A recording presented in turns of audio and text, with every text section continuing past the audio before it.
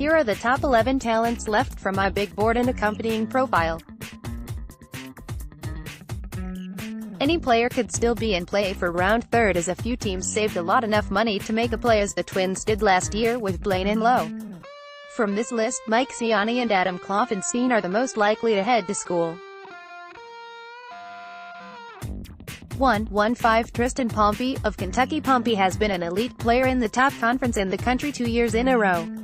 He missed some time with injury but finished the year with the same OPS as a year ago, 1.005, and the same home run percentage, 3.13%. He walked more, but also struck out a bit more. He did this while maintaining a blistering BABIP of .420 a year, after posting a .428. This is a huge sign of a player who is making excellent contact and has great bat-to-ball skills. He has the size to add more power, and, when I saw him a year ago, his arm looked above average, which is why the reports of a fringe arm make me wonder if he has not been 100% this year. I know he struggled with wood bats, but between his athleticism, bloodlines, and high-level production, I am fine with being the high man on Pompey. From April, Pompey has continued to be the same toolsy enigma this year. He has dealt with an injury, which sidelined him for a time, but has continued to be a player who walks a lot, strikes out a lot, and hits for average power. I was hoping we would see a jump in power with his frame and bat speed. While his power is up, it is not a jump, but more of a slight increase. The issue for me, though, is that his strikeout percentage has jumped, which was already a concern of mine. I am still the high man on Pompey, who has 2 years of excellent production in the SEC. His bloodlines and tools stand out, but he has yet to have the year I expected him to have when I had him listed as a top 5 player in this class. From January I have moved Pompey down because I am afraid I am giving too much value to the time I saw him in person. There is a lot to like with Pompey, just on the surface, with his tools, size, and bloodlines. He is much bigger than his brother, Dalton, but runs as well. He showed an ability to hit for power and, hopefully, will get a chance to show he can handle center this year. The concern is the strikeout rate, though this is balanced out by also having a high walk rate. I am still much higher on him than the rest, because the ceiling is there for him to be a star. The tool is the question, but the tools that surround it all grade out as potential plus ones for me. 2-1-7 Cole Wilcox, RHP, Heritage HSFL. Wilcox is a player whom I overlooked at the start. This was, in part, due to age and partly due to the depth of the prep arm class. While other arms rose and fell, Wilcox was so consistent through the spring. He has the size and build that every team looks for, not to mention a fastball which sits low to mid-90s.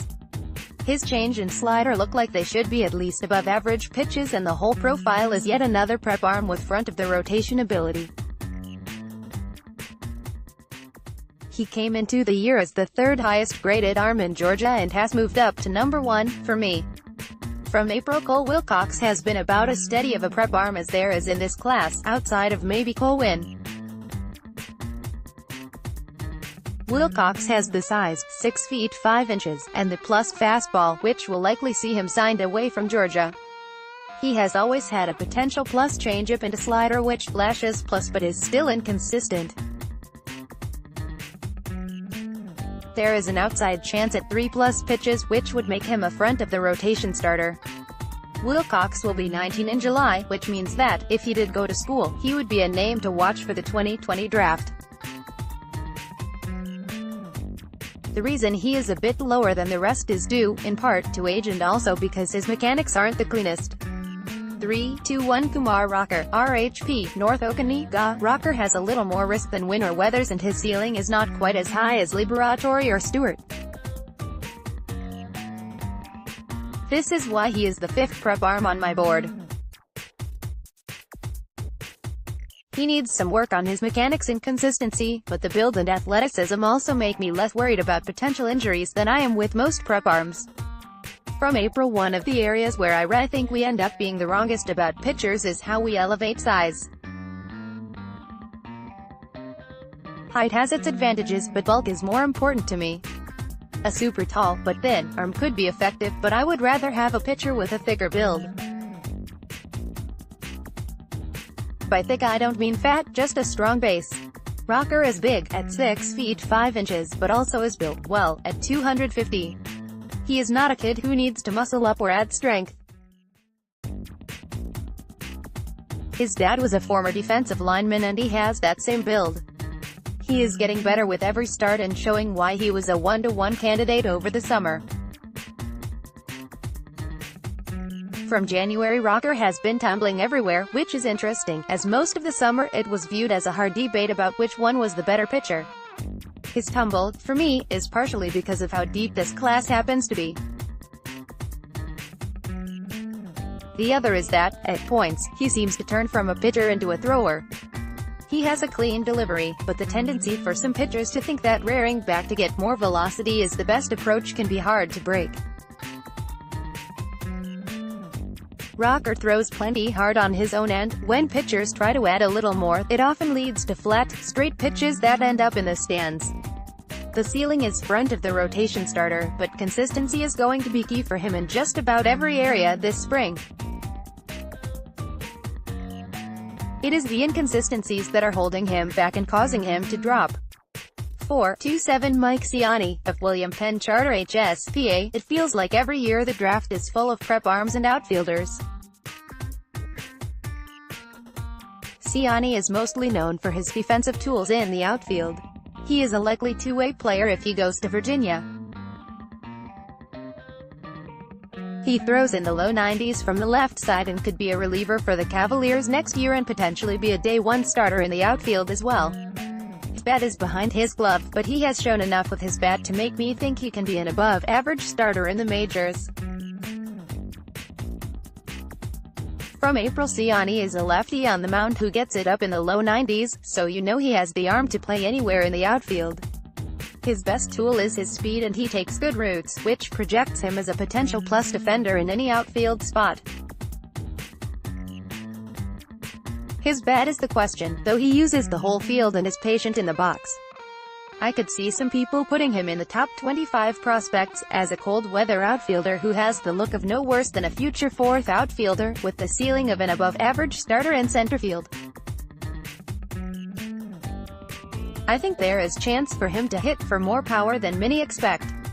He is a strong kid, with excellent exit velocity. I might be alone in thinking he could have above-average power and I see 5-tool potential here. The defense, speed, and arm mean that he has a low floor for a prep player, but the ceiling is higher for Siani than most people believe. 5.37 Adam Kloffenstein, RHP, Magnolia HSTX. There is not much to add here on Kloffenstein, who I still see as a relatively safe prep arm. I would have liked to have seen more progress over his senior year in the reports I received, but his youth, size, and feel all make him a good bet as an innings-eating mid-rotation arm down the road. From April, Kloffenstein has a profile that appeals to a lot of teams who use new thoughts and ideas. He is very young for his class. He has well-developed secondary offerings and doesn't have high velocity at present, but could gain velocity down the road. While velocity is a good thing, I have heard some concerns that high school pitchers who suddenly start throwing hard are going to more prone to injury. Kloffenstein is not a pitcher where one has these concerns. He is a big kid, at 6 feet 5 inches, but could still add more muscle and continue to develop along a more typical pattern. He is rumored to be a hard sign away from TCU and it seems likely that he is going to be headed there this fall. From January, Adam Kloffenstein is often viewed as the lesser prospect on the Magnolia baseball team, behind Jordan Groshans. While Groshans is a great prospect, I lean towards Kloffenstein as the better prospect. Kloffenstein is listed at 6 feet 5 inches and 220 pounds. He is a big kid, with some bulk already. He has a clean delivery, with a strong feel for his pitches. He shows 3 pitches that could be above average, with his curve being a potential plus pitch. On top of all of this, Kloffenstein won't turn 18 until next fall. He is one of the youngest players in the class but is also an advanced arm. There are a lot of right-handed prep pitchers to choose from, and I went with Kloffenstein because of his youth and present skills. 6'4" Kyle Isbell of UNLV. Isbell has shown a combination of power and patience all year, which was the first thing to get my attention. Then you add in his athleticism and the fact that he has played third and second in college, and there is a lot of flexibility in terms of where a team could try him. His lack of size means that some people will discount his ability as a power hitter. This is not helped by the environment he plays in. It is a profile with potential average or above average tools across the board, with an outside chance of playing on the infield that gives him more value than a lot of the mid-range outfielders in this class. From April, Kyle Isbell has a chance to be the first bat taken in the top 3 rounds from UNLV since Ryan Ludwig in 1999. Ludwig also has the second best PWAR in school history, behind Matt Williams. Both Ludwig and Williams are names to mention with Isbell, as he is another power hitter from that program. Isbell is undersized, listed at 5 feet 11 inches and 190 pounds, which will put off some teams that get hung up on the idea of size and power being connected. He doesn't run particularly well and is very likely a future left fielder only. He is another player who has seen a significant jump in his walk percentages, with his rate nearly doubling to 11.65% of the time. Isbell is a college bat who showed some power over the summer and has continued to improve this spring as a player. He looks like a 3-outcomes left fielder who will only fit certain teams because of his lack of size and the fact that his best tool is his power. 7'5" Nick Northcutt. 3B, William Mason HS. Oh, I am still in on Northcutt, and it is fair if you want to label it an Ohio bias. I have written him up twice below, and not much has really changed. I think the potential profile is at least an average third baseman with an above-average offensive profile. From April, the reports I have on Northcutt have stayed the same, and, while I did grade him higher on the last board, that was more a case of me wanting to get his name out there more than it was at the time. The profile still strikes me as a potential plus power, plus defender at third base, if everything works out right. His arm is a real weapon at third, and I think he could play in the outfield with few issues. He has not gotten as much talk this spring, but he looks like one of the better hitting talents to come out of the Ohio prep ranks in years. From January, Northcutt is not on any boards I have seen, but I think he should be. He has a chance to be a plus defender at third, with a plus offensive profile. His bat speed and strength give him a chance at above average to plus power. He should also have an above average hit tool. Austin Becker is listed as the top prospect in Ohio, but, to me, it is Northcutt. If he is not drafted, I believe he will be draft eligible as a sophomore. He is 6 feet, which is going to be a concern for some, and there is a good chance that he ends up at Vanderbilt. I just can't look past his ability as a hitter and think he will continue to rise on draft boards this year. 8'5" Reynel Delgado. 2B, Calvary Christian Academy, FL. Delgado has not had the best spring, and that has caused him to go from a bubble first-rounder to more of a second- or third-round talent. I do not think he lasts past the third because his bat speed and exit velocities from an up-the-middle infielder might be the best in this class. He also runs well and recently turned 18. If Delgado had a strong spring, I think he would be a first-round lock, but as a second- or even third-round pick, Delgado has a chance to be a steal. 9'5" Connor Pilkington, LHP, Mississippi State. Pilkington has one of the best track records in this draft. He has 3 years of solid numbers in the SEC. He pitched well in the Cape and for Team USA over the summer. The reason he has slipped so far is that his stuff has been flat most of the spring, and, while his numbers have been in line with years past, his stuff has not been what we have seen before. There is a chance he just has a tired arm after a long summer of pitching. This could make him a steal in round 2, as an ultra-young, productive lefty with above-average control. From April, Pilkington is about as proven an arm as there is in this draft. He will have had over 40 starts during his career, and a majority of those starts will have come in the top conference in college baseball. His performance this year has improved, cutting his walk rate by more than half, while increasing his strikeout rate. His stuff has been down at points, but when he is at his best, he throws multiple above-average pitches for strikes. The profile is not very sexy, but he looks like a quick-moving arm. There is not much to him physically, but for a team looking for a safe, quick-moving arm, Pilkington will be high on their list. From January, Pilkington is a junior pitcher who has started since his freshman year. He is actually younger than Mississippi draft-eligible sophomore Ryan Rollison by a month. He won't turn 21 until mid-September. He has pitched well on the Cape and with Team USA. His strikeout rate is solid, but I do have concern with the fact that his walk rate increased last year, though it was still in the acceptable range.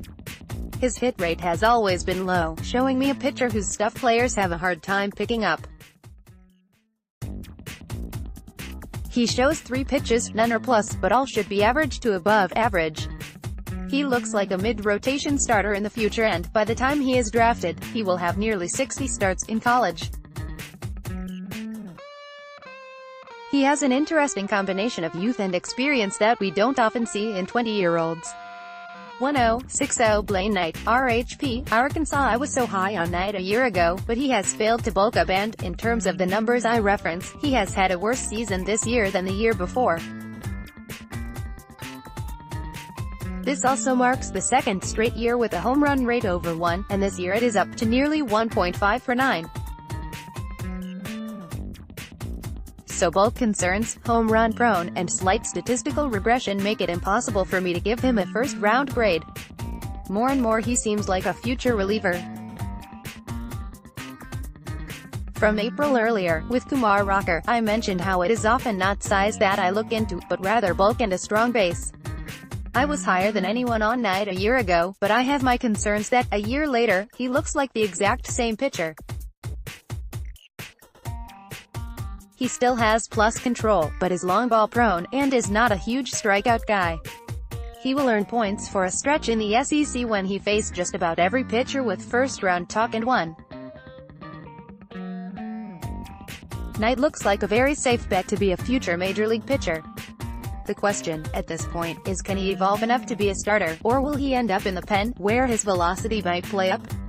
From January I was very high on Knight a year ago.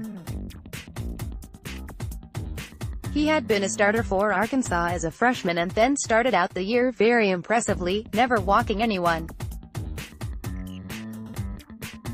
Once SEC play began, he came back to earth but was still a successful pitcher. There are concerns that he might be better off as a reliever, because of how skinny he is and because of how far his change and curve are behind his fastball and slider. I obviously think he is a starter all the way since I have him here. His walk rate ended up at 1.99 per 9, which is fantastic. His strikeout rate was in the same range as Rollison, Sinker, and Pilkington, who were all in the SEC last year. It is easy to think Knight could add velocity if he fills out. He is 6 feet 3 inches and 165 pounds. He sits in the low 90s and has hit 97. The concerns here will be his age. He turns 22 in June, and his build. Knight was a favorite of mine a year ago and should see his name called sooner than last year when the Rangers drafted him in the 29th round. 1162 Tristan Beck, RHP, Stanford. Beck is a big kid who missed all of his sophomore year after a stress fracture. Beck was a draft-eligible sophomore a year ago and turns 22 at the end of June, making him one of the older juniors in this class, over a year older than a few of his classmates. His numbers have not been as strong as they were as a freshman and, in general, have been just okay. There is the hope that, if you draft Beck, he has a lot more possibility for growth than the typical junior, due to missed time. I think he has a rather limited ceiling, which makes it likely he is a back-end starter. From April last year, Beck started the season on a lot of top 10 lists. Then, due to injury, he missed his entire sophomore year. This year, he has come back with no signs of injury or rust and performed very well. He has been nearly the same pitcher as he was before the injury issue.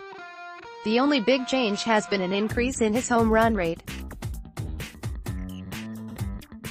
He has always had a strong four-pitch mix, along with size and velocity, which made him a potential top 10 pick a year ago. There is a very good chance for a mid-rotation starter with Beck, who has had injuries in the past, but most of them did not involve his arm.